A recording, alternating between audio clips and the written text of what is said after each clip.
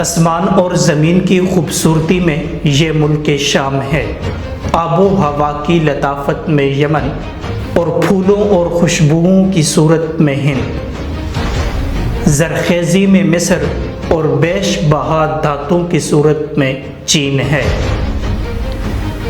یہ ایک خط تھا جو عرب فوج کے سپہ سالار نے بادشاہ وقت اموی خلیفہ ولید بن عبد الملک کو لکھا تھا، جس میں جزیرہ نما ملک اندلس کی تعریف ان الفاظ میں کی گئی تھی۔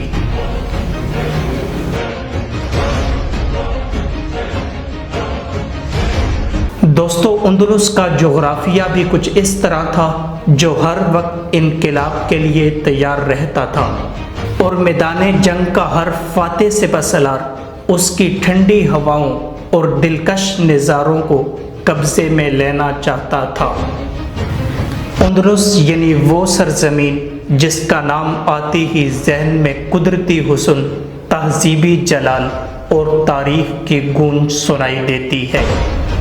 یہ خطہ موجودہ اسپین کے جنوب میں واقع ہے اور اپنے منفرد جغرافیے کی بدولت ہمیشہ دنیا کی بڑی طاقتوں کی توجہ کا مرکز رہا۔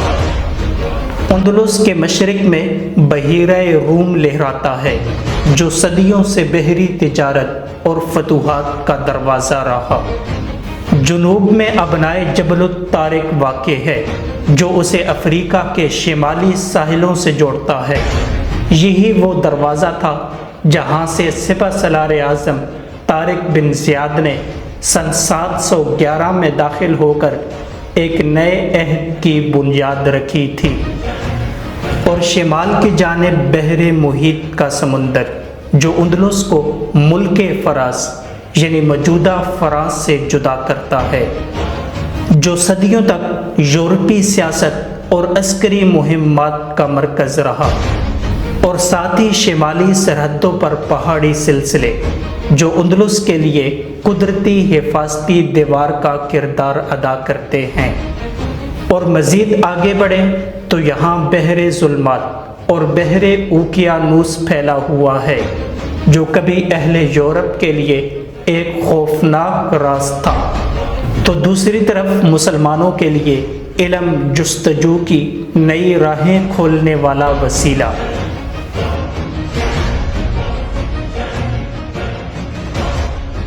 دوستو، یہی جغرافیہ تھا جس نے اندلس کو صرف فطرت کی جنت میں نہ رہنے دیا، بلکہ اسے تاریخ کا میدان کارزار بنا دیا، جہاں ایک کے بعد ایک قوم آئی، ابھری، چمکی اور پھر ماضی کے غبار میں گم ہو گئی۔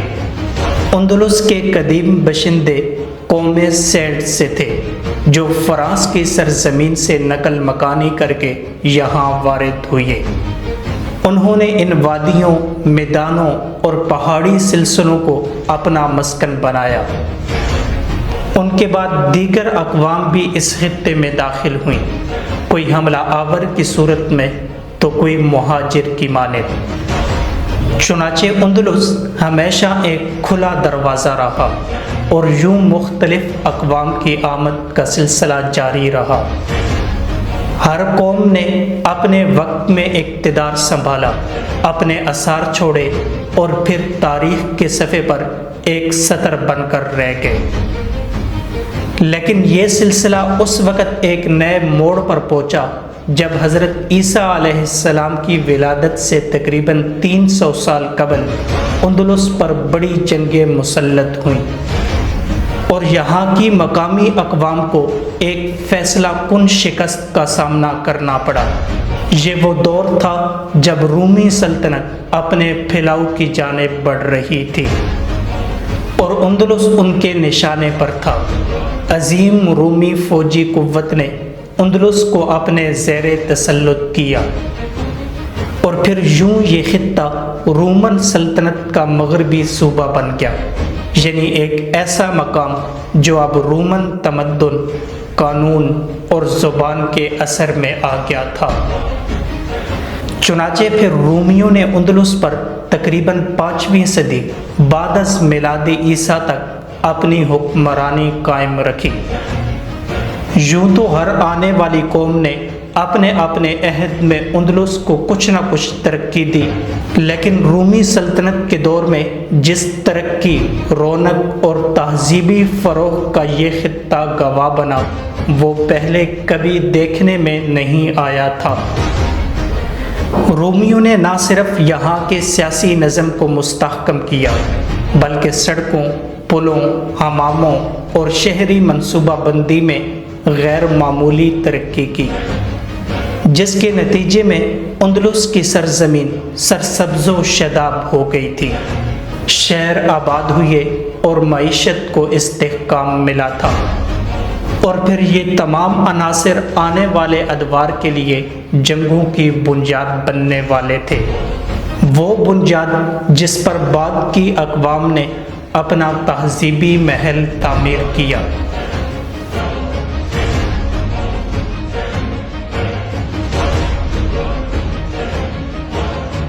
ناظرین، دنیا کا یہ اصول ہے کہ ہر عروج کو زوال ہے۔ جب سلطنت روم اپنی آخری عمر کو پہنچنے لگی تو اس کے ستون کمزور ہونے لگے، اور عیش و عشرت، بدعنوانی اور داخلی انتشار نے اسے کھوکھلا کر دیا تھا۔ پھر جس کے نتیجے میں وہی شمالی اقوام جنہیں کبھی وحشی اور غیر مہذب سمجھا جاتا تھا، سلطنت روم کے خلاف صف آرا ہونے لگی۔ ان شمالی حملہ آوروں میں قوم گات نمایاں تھی۔ چنانچہ یہ لوگ یورپ کے مختلف حصوں سے نکلے۔ سب سے پہلے انہوں نے فرانس کو شکار بنایا اور وہاں کے شہروں کو تاراج کیا، اور رومی اثر و اقتدار کو جڑ سے اکھاڑ دیا۔ پھر انہی لوگوں کی فتوحات کا طوفان جب آگے بڑھا تو اندلس بھی اس کی لپیٹ میں آ گیا۔ چنانچہ گات قبائل نے رومیوں کو شکست دے کر اندلس پر اپنا قبضہ جما لیا۔ اس کے ساتھ ہی اندلس میں ایک نئے دور کا آغاز ہوا، ایک ایسا دور جو بظاہر سیاسی طور پر مستحکم تھا۔ قومیں بظاہر ایک مرکزی نظام کے تحت اکٹھی تھیں، مگر اندرونی خلفشار اور طبقاتی تعصبات تیزی سے سر اٹھا رہے تھے، اور پھر یہی داخلی کمزوری زوال کی تمہید تھی اور ایک نئے انقلاب کا پیش خیمہ۔ چنانچہ اندلس میں گات سلطنت کے آخری ایام بد اعتمادی، سازشوں اور طاقت کی کشمکش سے بھرے ہوئے تھے، اور پھر تخت و تاج کی یہ جنگ اس وقت فیصلہ کن شکل اختیار کر گئی جب گات حکمران کو معزول کر کے اس کے مخالفین نے لزریک نامی شخص کو تخت سلطنت پر بٹھا دیا۔ چنانچہ اب لزریک کا تخت پر بیٹھنا یہ محض اقتدار کی تبدیلی نہ تھی، بلکہ یہ اندلس میں ایک ایسے دور کا آغاز تھا جو جلد ہی خون، بغاوت اور بربادی سے بھرنے والا تھا۔ تاہم لزریک نے جب تخت سلطنت سنبھالا تو ابتدا میں اس نے ایک سنجیدہ، متوازن اور معاملہ فہم حکمران کی حیثیت سے خود کو پیش کیا۔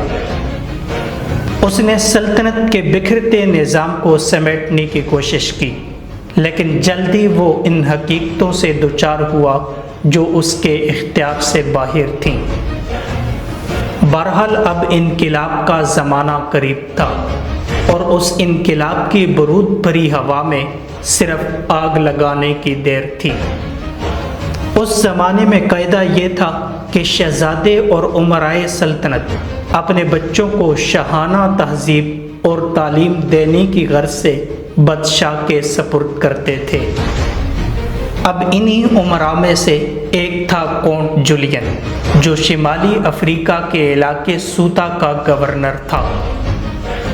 اب اس گورنر نے بھی اپنی بیٹی کو اس روایتی اعتماد کے ساتھ شاہی محل میں بھیجا تاکہ وہ شہزادیوں جیسی تعلیم و تربیت حاصل کرے۔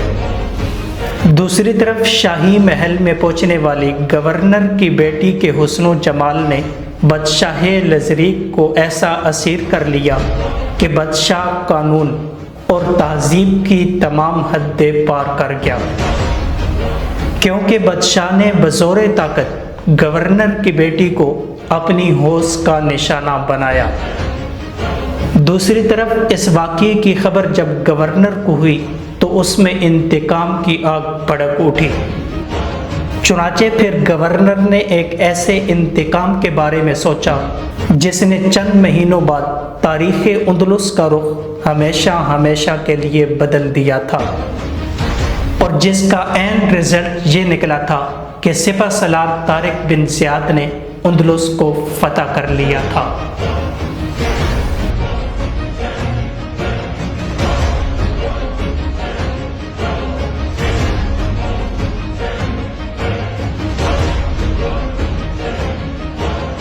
ناظرین، اب ایک طرف یورپ میں یہ حالت تھی تو دوسری طرف عربوں کو حضرت صلی اللہ علیہ وآلہ وسلم کے وصال کے تقریباً 70 برس بعد وہ عروج حاصل ہوا تھا کہ جس کی نظیر دنیا کی تاریخ میں بہت ہی کم ملتی ہے، جس کو آج تمام یورپ نہایت تعجب کی نظروں سے دیکھتا ہے، اور ان کی اس بے نظیر کامیابی پر تمام دنیا اش اش کرتی ہے۔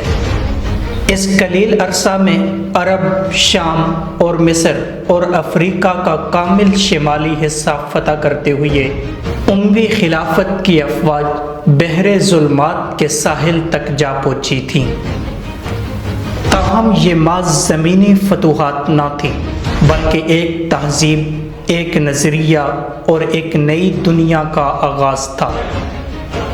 اب اندلس کی بوسیدہ دیواروں پر تاریخ ایک نیا دروازہ کھولنے والی تھی۔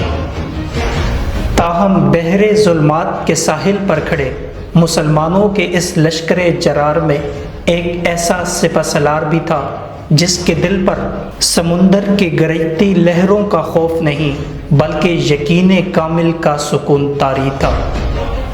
یہ تھے امیر جلیل عقبہ بن نافع، جن کی تلوار نے صحراؤں میں کامیابیوں کے پرچم لہرائے تھے، اور جن کی قیادت نے اسلام کے پرچم کو شمالی افریقہ کے کونے کونے تک پہنچایا تھا۔ جب وہ بحر ظلمات کے ساحل پر پہنچے جہاں زمین ختم ہوتی ہے اور صرف بے کراں پانی کا راج ہے، تو وہ لمحہ تاریخ میں ایک روحانی منظر بن گیا۔ عقبہ بن نافع نے اپنے گھوڑے کو سمندر میں دھکیل دیا، موجیں اٹھیں، پانی کا شور بڑھا اور گھوڑا آہستہ آہستہ گہرائی میں جانے لگا۔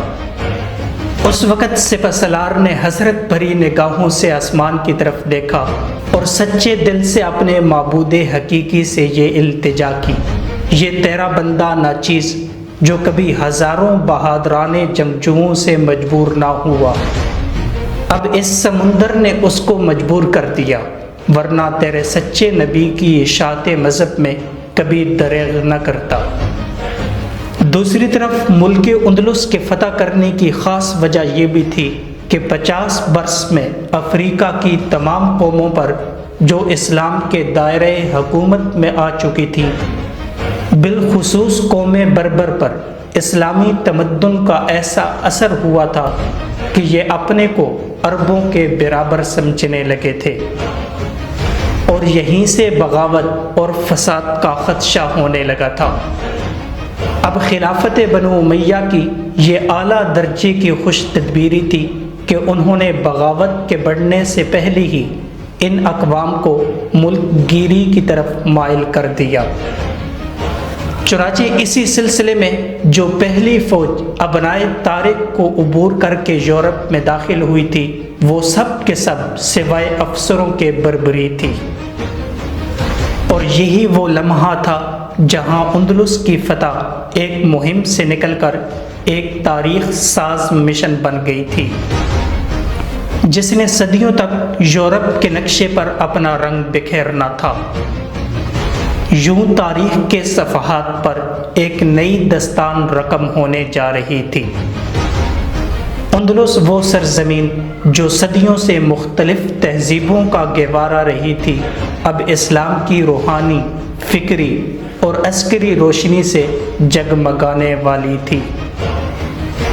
طارق بن زیاد کی قیادت میں یہ پہلا قافلہ محض چند قدموں کا سفر نہیں تھا، بلکہ ایک ایسی تہذیبی، فکری اور تمدنی یلغار کا آغاز تھا جو آنے والے 7 صدیوں تک یورپ کی فضاؤں میں گونجتی رہی۔ دوستو، یہ تھا اندلس اور سپہ سالار طارق بن زیاد کا پہلا حصہ۔ اب اگلی قسط میں ہم دیکھیں گے کہ گورنر نے بادشاہ سے اپنی بیٹی کا انتقام کیسے لیا تھا۔